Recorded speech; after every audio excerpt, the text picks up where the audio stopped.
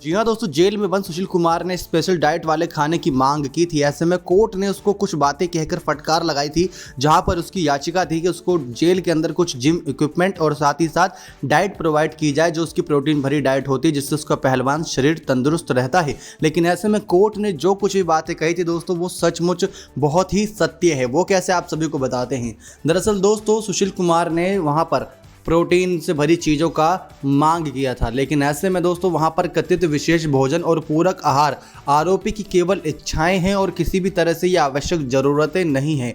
यानी कि जो इंसान को बेसिक से नीड होती है वो है रोटी चावल और रहने के लिए छत, जो छत से बचाव हो धूप गर्मी बरसात से। तो ऐसे में इन सब चीज़ों से बचाव के लिए इसके लिए सिर्फ बेसिक चीज़ जो है इसको जेल के अंदर प्रोवाइड की जा रही है, लेकिन जो उसकी बाकी चीज़ें हैं प्रोटीन से भरी, वो सिर्फ उसकी इच्छाएं हैं।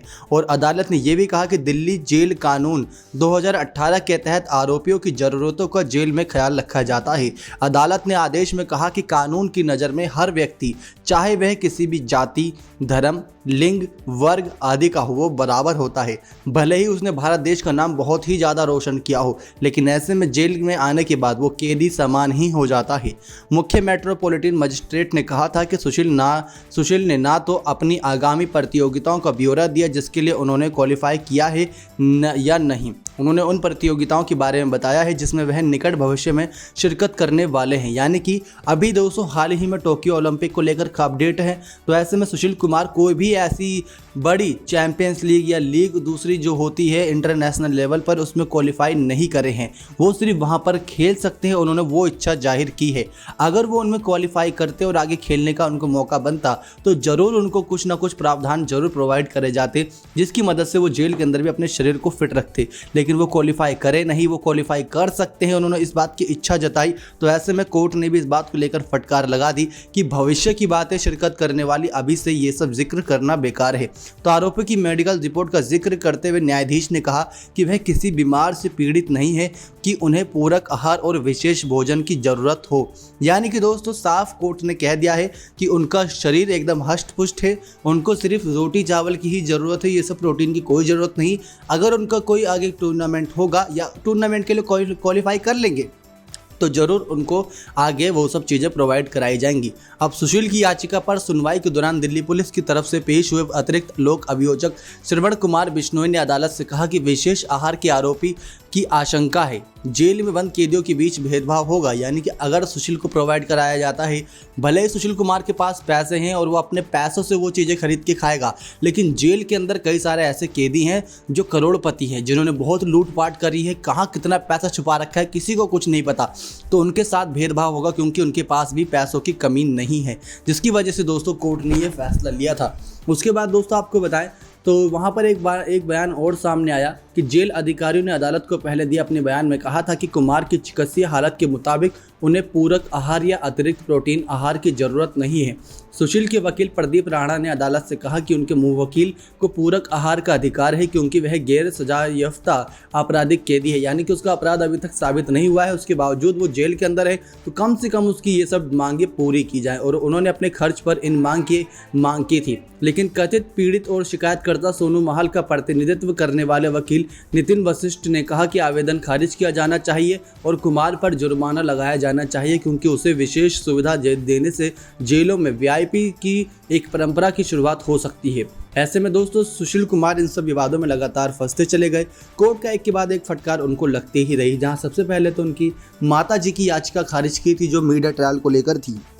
लेकिन दोस्तों इसी कड़ी में आगे बढ़े तो सुशील कुमार को किन किन शर्तों पर जेल के अंदर वो स्पेशल डाइट फूड प्रोवाइड कराया जा सकता है, क्योंकि अब सुशील कुमार 25 जून तक जेल के अंदर है। उसके बाद भी इनकी न्यायिक हिरासत बढ़ती है या नहीं बढ़ती है, क्योंकि जितने दिन जेल के अंदर रहेंगे और जितने दिन पुलिस क्राइम ब्रांच की टीम को जांच में मिलेंगे, ऐसे में बड़े न बड़े सबूत और बड़े से बड़ा गवाह सामने लाकर रहेगी पुलिस की टीम। तो दोस्तों आप सभी को ये भी बता दें कि उनको किन शर्तों पर मिल सकता है जेल में वो खाना।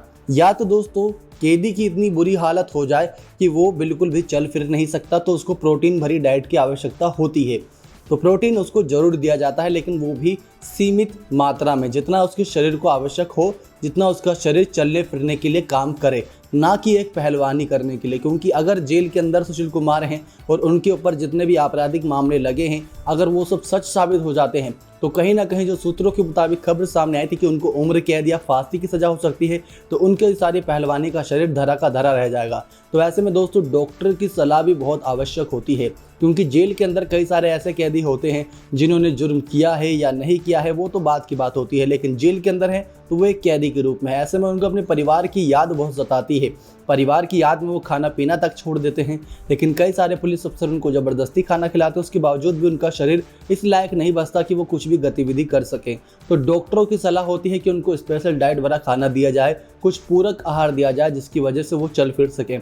लेकिन सुशील कुमार इस लायक तो हैं कि वो चलने फिरने के साथ साथ वहाँ पर मौजूद कैदी को पटक सकें। तो सुशील कुमार की यही डाइट अपने आप में ही एक अनूठी है।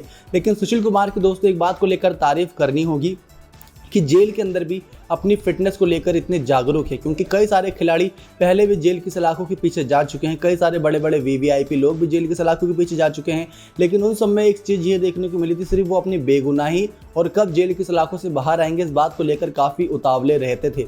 लेकिन जेल के अंदर जाने के बाद सुशील कुमार को कहीं ना कहीं इस बात का अंदेशा जरूर हो गया कि जेल के अंदर उसकी हालत दिन प्रतिदिन बुरी होने वाली है और शायद उसको यहाँ पर काफ़ी और दिन बिताने पड़ सकते हैं। तो कम से कम अपने शरीर को ध्यान में रखते हुए ये सारे काम किए जाए और अपने शरीर के साथ ही जेल में रहा जाए, यानी कि उनको अपनी स्पेशल डाइट और स्पेशल जो भी जिम होता है वो सब प्रोवाइड कराया जाए। तो दोस्तों ये बहुत बड़ी अपडेट आई है सुशील कुमार को लेकर। अब इसी केस में दोस्तों आगे बढ़े कि कब सुशील कुमार जेल से बाहर आ सकते हैं ये भी जान लीजिए। तो सुशील कुमार दोस्तों सिर्फ एक ही शर्त पर जेल से बाहर आ सकते हैं कि जब वो पूरी तरीके से बेगुनाह साबित हो जाएं। अब इसमें बेगुनाही का सवाल तो दोस्तों बिल्कुल भी नहीं आता, भले ही सुशील कुमार ने अभी तक कोई भी ऐसा बयान नहीं दिया हो जिसकी वजह से वो फंस सकें, लेकिन कई सारे चश्मदीद गवाह उस रात के मौजूद हैं जो उनको बुरी तरीके से फंसा सकते हैं। वो कैसे आप सभी को बताते हैं।